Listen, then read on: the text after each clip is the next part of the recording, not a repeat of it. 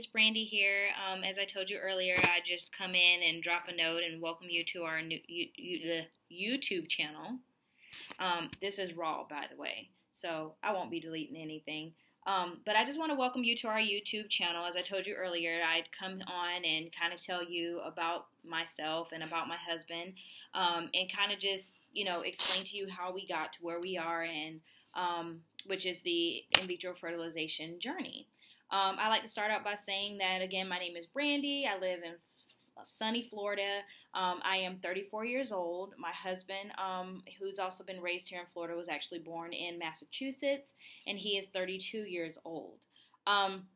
We are high school sweethearts, best friends, married each other in 2009, so we've been married now for 6 years, and basically, like everyone else, just started trying to have a family shortly after getting married, and found that it was a lot more difficult than what we actually thought it would be. Oh my God, has it been a whirlwind? But, we're really excited to get things going this year and hopefully have a new bundle of joy. And we're also very excited to be a part of the TTC community. There's a lot of support with one another on here. We know there's a lot of people out here that really are able to relate to what we're going through, and we're excited to share this journey with you guys. So just to get started, I'll let you know a little bit about us. So we are going to be doing in vitro fertilization. That is a journey that we have to take. And this was decided by our doctors a couple years ago. We haven't been to the endocrinologist for 2 years. We just decided to take a break away from everything. Things have just been really, really, stressful, emotional and physical, as you guys know. So basically, after we tried for almost a year of not being able to conceive, I actually went to my OBGYN and had a vaginal exam done ultrasound, because I just wanted to make sure everything was okay. My cycles were kind of weird. They come on, go off, and then I'd spot, and just weird things were going on. So I went in to have an exam, and my OBGYN saw that she found a fibroid in my uterus. And from what she could tell, it was pretty big. I mean, she said that it was about the size of a golf ball at the time. And she wanted to refer me out to a good friend of hers who worked for another office, totally different hospital, but was a specialist, a fertility specialist. And she needed to get a second opinion from him to see if maybe this may have been something that would be causing the issue because of where it was located. So I, went to the endocrinologist, her friend, the fertility specialist, and he looked at it, and when he saw it, he said, oh yeah, this could definitely be posing an issue. It is the size of an orange, is what he thought that it was the size of. And he said from what he could tell, it was taking up the majority of my stomach space, although I could not tell. It was deflating my uterus. So basically it was pushing my uterus to the back, and what they thought all these years, I guess, was my uterus was not my uterus. It was a fibroid that just grew with me over time, and therefore no one could tell that it was even there. So he said, yeah, it's about the size of an orange. It's deflating your uterus. He said this may be the issue. I definitely would have it removed. So we did. We talked about it, we prayed about it, and we decided to go ahead and have the procedure to have the fibroid removed, because we need things to function properly down there. I had a surgery. It's a C-section incision, and they removed the fibroid from my uterus, and I was in the hospital for 4 days and all that good stuff.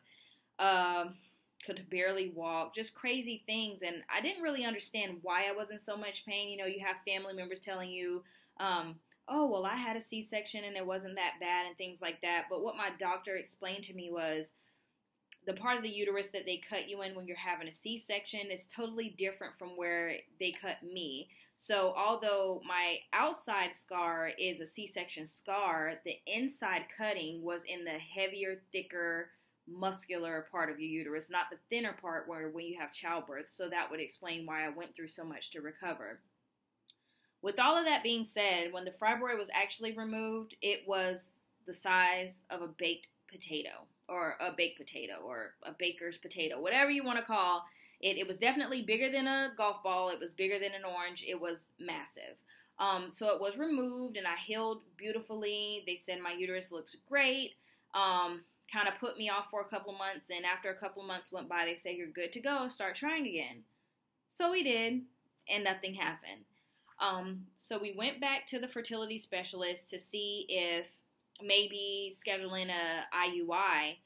For those of you that don't know what that is, that's a intrauterine insemination. And so they wanted to schedule that to see if that's something that we would benefit from. So I did Clomid for a couple days. Horrible. Great cause, but hormones, like raging, skin on fire, like every side effect, I had it, but it was worth it. And on the day that we went to have the procedure, my husband's specimen came back kind of wonky, and they said it probably because he was sick.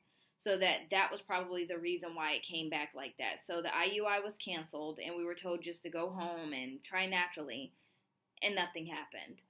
So after several tests on both of our parts, it was decided by our specialist that we are candidates for IVF. So there's several tests that's been done on his end, several tests that's been done on my end.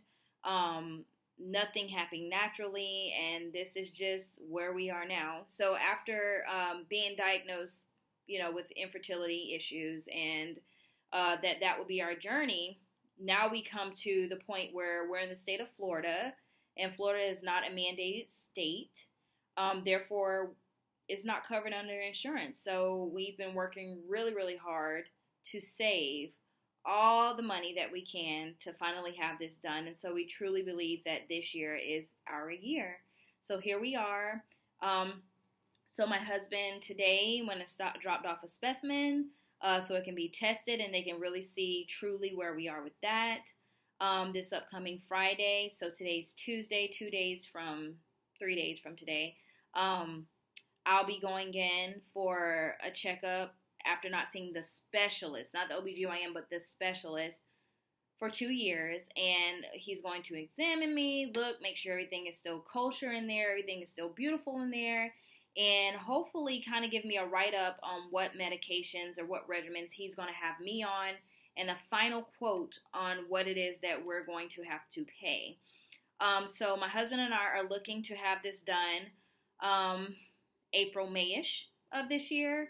If everything goes well, we're going to be speaking with the doctor about different things that we can do food-wise, vitamin-wise, for great egg quality, sperm quality. Drop a note down below if you guys have any suggestions. I've read a lot of things, and one of the vitamins that I heard would help a lot with, I think it's B12 and B6 for good egg quality. So if you guys have any suggestions at all on vitamins or fruits, vegetables, or any foods that will help with that, that would be great. I want to have the best possible chances there are to conceiving. I know that it's not guaranteed, but my fear is that I'm getting older. I'm 34, and risk get greater the older that you get. And I know that I'm still young, but we're not mandated, and this is not something that's, easily given, and it's something that we worked really hard for. So, praying for first round. If you guys have any suggestions, any comments, any, anything that you can help to lend a helping hand or anything, just let us know. Drop a note, let us know. I really hope that you guys stick around. I know that my videos will kind of be spaced out. There might be some gaps in between just because we're in the beginning stages. Don't know how fast everything is going to work, but I'm going to try and include you guys on everything. If they allow me to, I want to record some things on Friday.